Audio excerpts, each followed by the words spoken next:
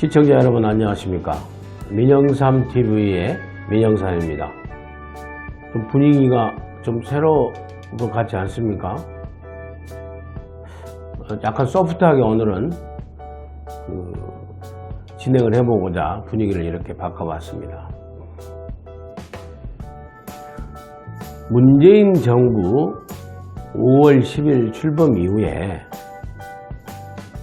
사실은 청와대의 참모들, 우리가 운동권 정부, 좌편향, 한국당에서 보수 야당에서는 그 좌파 정부라고 그렇게 하는데, 좀 그런 선동적인 얘기보다는 이념적으로 어느 한쪽으로 치우친 주로 운동권에서 지난 80년대죠. 70년대 우리 운동권 세대의 다음 후배들이니까요. 지금 80년대 후반대에 전대협을 중심으로 학생운동을 했던 그런 출신들이 지금 청와대에 대거 10여 명이 지금 포진되어 있습니다. 근데 그들이 굉장히 중요한 대한민국 대통령에게 의사결정 과정에서 영향력을 미치는 그런 직책을 다 가지고 있어요. 그러다 보니까 보수 야당에서는 무슨 좌파 정부다, 뭐 전대협 정부다, 주사파 정부다 그렇게 하는데, 저는 그렇게 아주 선동적으로 말씀을 드리기보다는 그냥 운동권 참모들이 이렇게 하는 운동권 정부, 저는 이렇게 지금 지칭을 하고 있습니다. 과연 누구가 어떤 직책을 갖고 어떤 경력의 출신의 사람들이 도대체 청와대에 어떤 직책을 가지고 있는가, 이 문제를, 그리고 그들이 있기 때문에 지금의 문재인 정부의 정책들이 한쪽으로 쏠려갈 수밖에 없겠구나 하는 것을 여러분들이 자연스럽게 아실 수 있도록 좀 편하게 사람 중심으로 설명을 드리고자 합니다. 먼저 청와대 비서실장, 임종석 비서실장 너무 잘 아시죠? 지금 레바논에 갔지 않습니까? 그리고 지난 10월 달에는 박근혜 대통령 세월호 보고시간 조작이라고 해가지고 본인이 직접 나와서 아주 국민들을 자극하는 그런 여론몰이의 기제처럼 이렇게 했지 않습니까? 잘 아시다시피 전대협 의장으로서 1985년도에 대학 입학, 지금 50대 초반이죠. 전대협 의장 시절에 임수경 학생을 일본을 거쳐서 독일을 거쳐서 북한으로 이렇게 파견해서 김일성을 만나게 했던 그 전대협 의장 출신의 임종석 비서실장, 이런 경력이니까 어떤 정책적 지향점을 갖고 있는지 여러분 충분히 이해가 되시죠? 그 밑에 정무수석은 엊그저께 정무비서관에서 승진했죠. 승진한 한병도, 이리 원광대 총학생회장으로서 당시에 전대협, 같은 시기입니다. 전대협 산하 조국평화통일, 조평통이라고 하죠. 조국평화통일위원회의 전라북도 지부장. 좀 직급은 낮죠. 근데 호남이니까 아마 그렇게 한 것 같아요. 정무수석. 그 다음에 지금 문재인 대통령이 다 말씀하시는 거 있죠. 하는 말이 굉장히 문학적이고 자극적이고 쏙쏙 와서 닿잖아요. 눈에 밟힌다. 문재인 대통령이 눈에 밟힌 사람이 많지 않습니까? 지금도 감옥에 있는 한상균 민노총 위원장, 폭력 시위 때문에 들어가 있는 한상균 민노총 위원장, 또 레바논에 파병 나간 우리 장병들 정말 고생이 많죠. 노고가 많죠. 눈에 밟혀서 임종석 비서실장이 다녀왔다고 하는데 그것도 약간 못 믿을 상황인데, 아무튼 문재인 대통령의 이런 연설을 많이 얘기하는 신동호 연설비서관은 전대협 산하 문화국장이었습니다. 문화국장. 시인이면서도 굉장히 글솜씨가 뛰어나죠.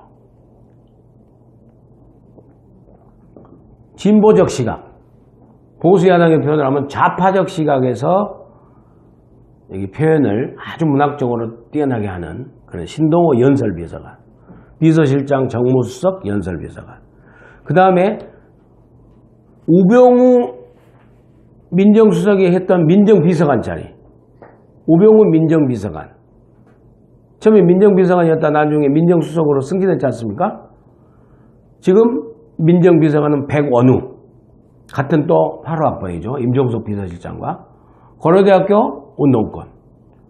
원래는 그 한국당, 한나라당 소속의 국회의원이셨죠. 시민운동하시고 지하에서 아주 인품이 있으신 재정구 의원의 비서 출신입니다. 그래서 노무현 정부 때 행정관으로 들어가서 지금 민정비서관을 하는데 이 백원우 민정비서관이 지금 사정을 전부 주도한다라고 지금 그렇게 알려져 있습니다. 예. 백원우 민정비서관 다음에는 상황실장이 있습니다. 상황실장. 청와대 상황실장은요, 구테타 동향까지 다 대통령께 직보를 해요.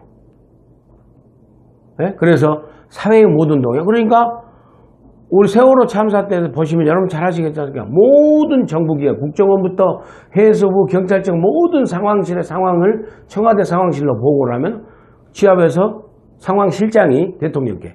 직급은 비서관이지만은 지금 임종석 비서실장과 거의 맞먹는 수준의 대통령의 신뢰를 갖고 있으면서 이렇게 하는. 이분이 아마 국민대인가? 거기 또 학생회장 출신 윤건영. 문재인 대통령께서 국회의원 시절에 보좌관도 했죠. 그 다음에 일정을 짜는, 대통령 일정 짜는, 일정 짜고 일정 관리하는 일부속실장. 그 다음에 부인 일정 짜는, 대통령 영부인 일정 짜는 이부속실장. 다 운동권 출신들. 송인배, 윤성환가요? 이렇게 되어 있고. 그 다음에 전대협 이 8호 학번 이 연배들은 아니지만은 좀 선배되죠. 그래서 노무현 대통령 때 대변인 했던, 그래서 지금은 좀 선배가 되죠. 그래서 이분은 서울대 운동권 출신으로 정태호 정무기획비서관. 문재인 대통령이 상당히 신뢰한다고 그럽니다. 서울대학교에서 학생운동하다가 그 감옥도 좀 다녀오고 어려움을 겪었죠. 굉장히 인품이 훌륭합니다. 제가 지금 이렇게 이 청와대 참모들을 얘기하는 것은 이들의 인품이나 이런 걸 비판하고 그런 건 아닙니다. 물론 일부 분들은 그래요. 저 운동권 저 사람들은 평생 동안 직장 없이 뭘 그렇게 잘 먹고 잘 사는지 모르겠다. 노동운동 현장에 가지 않은 저 사람들은 국회에 정치권에 들어와서 말하자면 정치 건달이라고 할까요? 그렇게 비판하는 사람도 있습니다. 그렇지만 저는 그런 시각은 좀 지양하고요.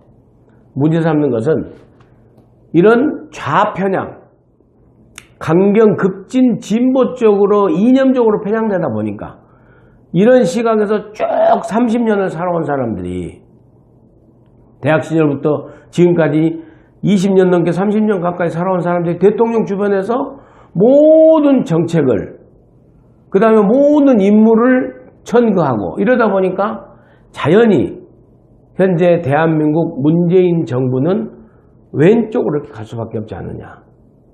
이런 염려에서 이분들을 제가 이렇게 얘기해요. 그래서 운동권 정부 하는 거 아니겠습니까? 지금의 경제정책도 결국에는 이 운동권 참모들이 추천하는 사람들이 그쪽 진보 세력 쪽에서 있기 때문에 진보 성향의 경제정책, 노동정책 이렇게 펼치는 쪽으로 그런 박사들, 그런 시각에 갖고 있는 경제 전문가들 오기 때문에 지금 이렇게 가고 있는 겁니다. 그래서 이쪽 중도 보수 쪽에서는 너무 그쪽으로 편향가다 보니까 심지어는 OECD, IMF에서도 경고를 했죠. 가장 중요한 게 지금 대한민국이 어찌 보면 가장 어려운 노동개혁을, 슈레더의 노동개혁을 실시해서 번영된 메르켈의 독일로 가느냐, 아니면 룰라의 브라질 정부처럼 좌파 포퓰리즘의 정책을 펴서 브라질, 차베스 베네수엘라처럼 망하는 길로 가느냐, 이 기로에 있는지도 모릅니다. 여러분 어떻게 평가하십니까? 저는 브라질, 베네수엘라의 길로 상당히 가깝게 지금 운전대를 틀고 있다. 저는 그렇게 염려해서 비판을 하는 것입니다. 여러분, 일자리, 노동개혁, 노동시장의 경직성 뿐만이 아니라 일자리 하면서도요, 이 정부가 이념적 편향성을 풀고 국회에서 협치로 가면은 통과시킬 법, 이 세 가지 법만 통과시키면, 아니 두 가지 법만 통과시켜도 50만 개, 60만 개 일자리가 나타난다고 합니다. 그런데도 하지 않습니다. 국민의당에서조차도 아주 독소조항을 빼고 하지 않고 하는 것이 서비스산업발전기본법, 규제프리존법. 근데 파견법에 대해서는 좀 다르죠. 생각이 야당에서도 좀 생각이 다릅니다만은 서비스산업발전기본법은 왜 이 정부가 이 운동권의 참모들이 왜 이걸 안 하느냐? 대기업, 대형병원 이런 사람들만 살찌게 하고 의료행정의 공공성을 잃어버리기 때문에 안 한다는 거예요. 이걸 하면은요, 의료업을 산업화하는 개념으로 해서 대형병원, 지금 현재 병원은 영리사업을 못하게 돼 있지 않습니까? 그렇지만은 의료를 산업으로 생각하면은 대형병원을 짓고, 그래서 외국에 의료 관광객들 수만 명을 유치해서 그 일자리가 수십만 개가 생긴다는 거예요. 근데 안 된다는 겁니다. 여러분 어떻게 평가하십니까? 규제프리존법도 마찬가지입니다. 지방에 12군데 각 시도별로 특성화도서 이렇게 집중 규제를 풀어주고 계획하자. 그래서 규제 프리존입니다. 그런데 이건 대기업이 이익 본다. 박근혜 정부에서 추진했던 정책이다. 뭐 꼭 그것만 아니지만은 아무튼 대기업 가진 자들이 이익을 본다고 해서 이것도 지금 절대 안 한다고 정부에서 틀어막고 있습니다. 또 극명하게 드러난 게 방송법입니다. 방송법. 방송법은 정권 잡기 전에는 민주당에서 발의해서 다 공동 발의했던 법인데 대통령이 하지 말라니까 안 하는 거예요. 이렇게 해서 이념적으로 편향되다 보니까 정말 대한민국이 미래를 향해서 제대로 가고 있는지, 아니면은 베네수엘라, 브라질, 그리스가 갔던 침몰의 길로 가고 있는지 우리 국민들은 잘 모르죠. 우리 국민들은 박근혜 전 대통령이 너무나 구중궁궐에서 비밀주의의 국정 운영을 하다 보니까 문재인 대통령이 나와서 사진 찍고 칼국수집 가고 수제비집 가고 하면은 무조건 좋아하는 겁니다. 정말 이러다가는 극단적으로 얘기해서 속빈 강정, 중국의 그 공갈빵 있죠? 안에 텅 비어있는